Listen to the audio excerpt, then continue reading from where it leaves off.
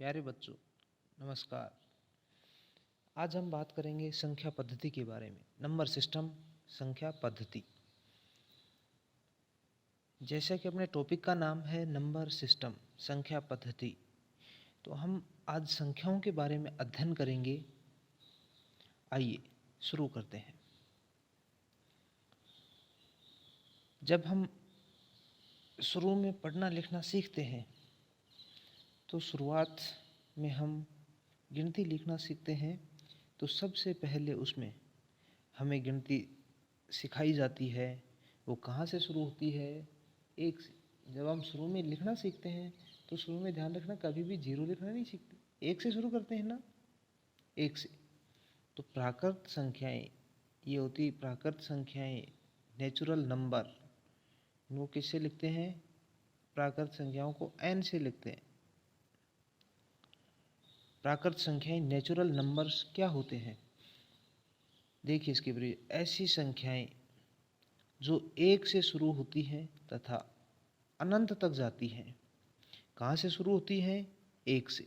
कहाँ तक? अनंत तक। उन्हें प्राकृत संख्याएं कहते हैं। जैसे 1 2 3 4 5। कौन कौन सी संख्याएं हो गई? 1 2 3 4 5 6, ऐसे आगे चलते जाएंगे। ये सब कैसी संख्याएं हो गई? प्राकृत संख्याएं हो गई। इसके बाद आती है पूर्ण संख्याएं। कौन सी संख्या है? पूर्ण संख्याएं। देखो बच्चों, पूर्ण संख्याएं क्या होती हैं? हमने पढ़ा प्राकृत संख्याएं जो एक से शुरू होती हैं। इसमें अगर हम जीरो को और शामिल कर दें तो वो क्या हो जाएंगी? पूर्ण संख्याएं। तो पूर्ण संख्याओं की परिभाषा क्या हो गई? ऐसी संख्याएं जो जीरो से प्रारंभ हो। कहाँ से प्रारंभ हो? जीरो से। और कहाँ तक जाती हैं? अनंत तक जाती हैं। ऐसी संख्याएं जो जीरो से प्रारंभ होती हैं तथा अनंत तक जाती हैं, उन्हें कैसी संख्याएं कहते हैं? पूर्ण संख्याएं। प्राकृत संख्याएं एक से शुरू होती हैं और पूर्ण संख्याएं जीरो से। यदि हम प्राकृत संख्याओं में जीरो ऐड कर दें तो क्या हो जाएंगी? पूर्ण संख्याएं। जैसे 0 1 2 3 4 5 6, ऐसे आगे अनंत तक। अब इन दोनों संख्याओं में एक चीज देखो, दोनों में बड़ी कौन सी होगी? पूर्ण संख्याएं या प्राकृत संख्याएं? तो दोनों में बड़ी कौन सी होगी? पूर्ण संख्याएं, क्योंकि इसमें जीरो भी शामिल है। प्राकृत संख्याओं में जीरो शामिल नहीं है। अब आगे बात करते हैं हम पूर्णांक की। पूर्णांक क्या होता है? इसकी पूर्णांक की। पूर्णांक क्या होता है? ऐसी संख्या जो धनात्मक भी और ऋणात्मक भी दोनों होती है, उन्हें पूर्णांक कहते हैं। जैसे अपन ने बात की सबसे पहले प्राकृत संख्या की, 1 2 3 4 5 6 लास्ट तक, ऐसे जीरो भी आ गई। अभी उन्हीं में प्राकृत संख्याओं में अगर प्लस भी लगा दे और माइनस भी, दोनों के 1 2 3 4 वो, और इसमें जीरो भी शामिल हो गया, होल नंबर, पूर्ण संख्याएं, तो वो क्या हो गए? पूर्णांक। और पूर्णांक को हम किससे लिखते हैं? आई से या फिर जेड से। किसी से भी लिख सकते हैं हम, आई से भी लिख सकते हैं और जेड से भी, पूर्णांक को। अब इसमें जो मोस्ट इंपॉर्टेंट बात है, कई बार बच्चे कंफ्यूज हो जाते हैं जीरो पर, तो कि जीरो पूर्णांक है या नहीं है। तो अब देखो बच्चों, धनात्मक भी लेनी है और ऋणात्मक भी, हमें पॉजिटिव संख्याएं भी लेनी है और नेगेटिव नंबर्स भी लेने हैं, और इन दोनों के बीच में जीरो आ रहा है, ये पूर्ण कंप्लीट आएंगे तो ये सभी शामिल हो जाएंगे, तो जीरो भी पूर्णांक में ही आएगा, क्योंकि जीरो कहाँ छोड़ेंगे बाहर, इनके साथ है ये, जीरो भी पूर्णांक होगा। अब आगे बात करते हैं हम परिमेय संख्याएं की। कौन सी संख्याएं?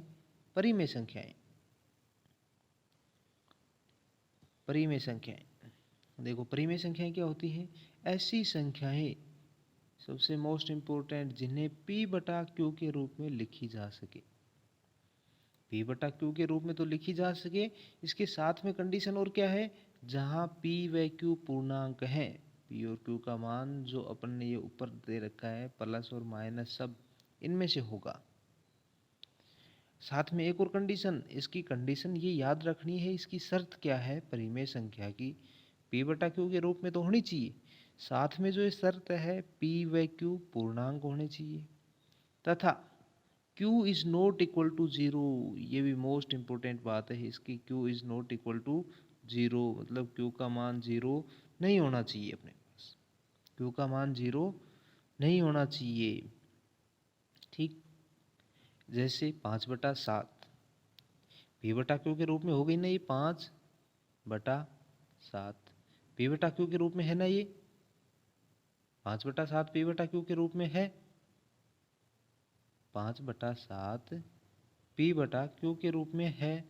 तो इसका अपन क्या करेंगे, ये लो 5/7, p तो कितना हो गया 5 और q कितना हो गया 7, दोनों क्या हैं पूर्णांक हैं, और q कितना है 7 जो जीरो नहीं है। इसमें कंडीशन है ये अपने इसमें जो दे रखा है, ये टाइपिंग में मिस्टेक हो गया, यहाँ पर जो q का मान दे रखा है इसने, ये जो q is not equal to zero आएगा, इसके अंदर कितना आएगा q is not equal to zero, q का मान जीरो नहीं होना चाहिए, ये इसमें टाइपिंग में मिस्टेक हो गया होगा। ठीक, अब ऐसे लिखें, अगर अपन पूछा जाए जीरो परिमेय संख्या है या नहीं है, देखो जीरो को 0/1 लिख सकते हैं ना अपन, 0/1 लिख सकते हैं ना, जीरो क्या है पूर्णांक है, एक भी क्या है पूर्णांक है, इसलिए 0/1 भी क्या है परिमेय संख्या है। अब पूछा जाता है जैसे 7/0 या 5/0 कर दूं मैं, ये परिमेय संख्या है या नहीं है। अब देखो p बटा q के रूप में तो है, अब इसके बाद शर्त क्या है, p व q पूर्णांक होने चाहिए। p और q पूर्णांक के लिए p देखो ये 5 है पूर्णांक है, 0 भी पूर्णांक है।